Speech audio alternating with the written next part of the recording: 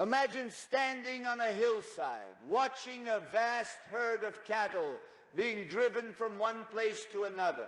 The dust rises, the hooves pound against the earth, and no matter how they're run, there are always two lead animals, one on the left, one on the right.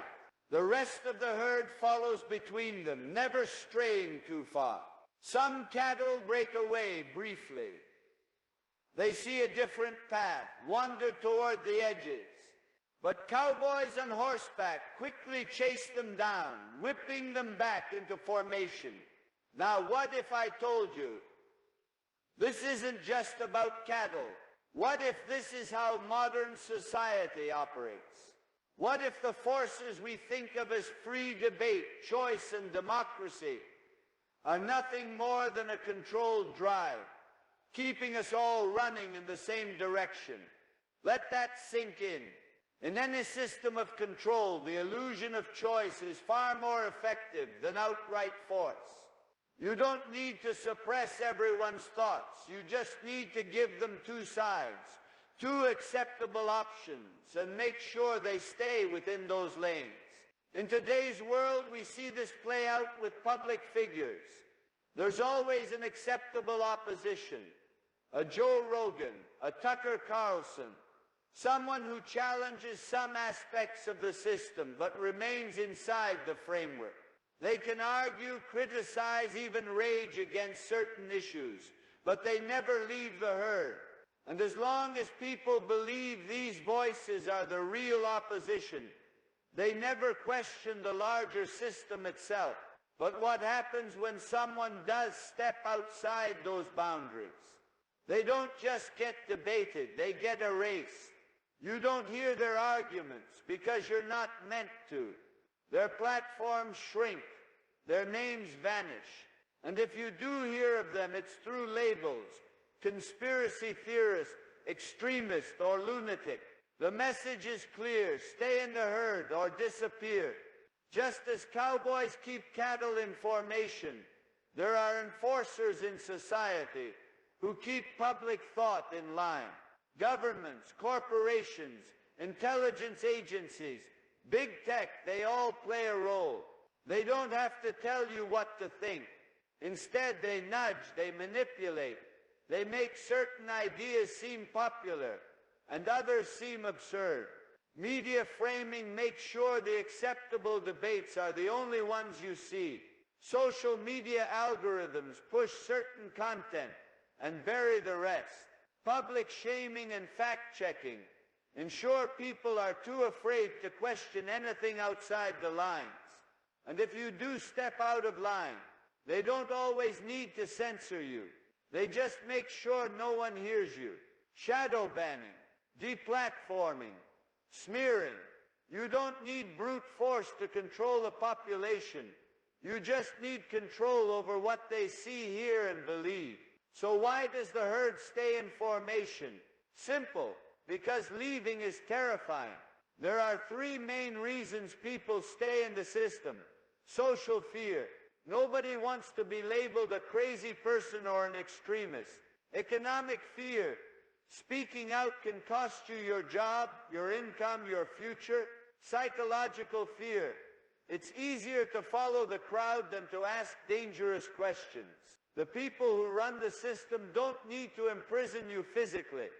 They just make sure the prison exists in your mind. And the greatest trick they ever pulled, convincing you that your opinions are your own. Some people, just a few, break free from the herd. They get to the hillside, look back and see the full picture. They see how the lead animals, the cowboys, and the entire drive are engineered. They realize that the debates that seem so important, so heated, are just part of the system. Left or right, liberal or conservative, it's all within a controlled spectrum. The moment you see that, you can't unsee it. But here's the paradox. Once you're on the hillside, the herd no longer recognizes you. They don't see you as an enlightened thinker. They see you as a threat, someone to be ignored, ridiculed, or silenced. And so most people choose the easier path. They rejoin the herd.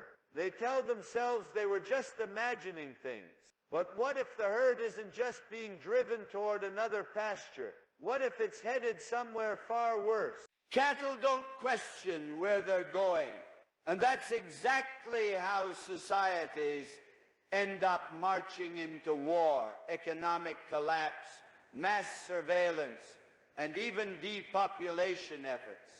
Every major atrocity in history, the ones that seemed unthinkable at the time, were all preceded by people following orders, trusting the system, believing they were being led somewhere safe. What if the modern world is just another drive toward the slaughterhouse? War. Every war is justified as necessary. Yet it's always the people, never the elites, who suffer and die.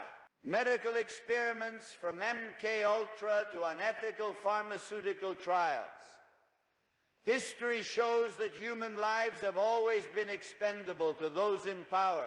Food and health manipulation, processed food, harmful chemicals and pharmaceuticals engineered for profit, not well-being. Economic culling, recessions, inflation, and financial crises don't happen by accident. They're tools of control. So ask yourself, is the herd being led toward freedom? Or are we just being fattened up before the final push? Most people will never leave the herd. They will stay on the path laid out for them, convinced they are thinking for themselves.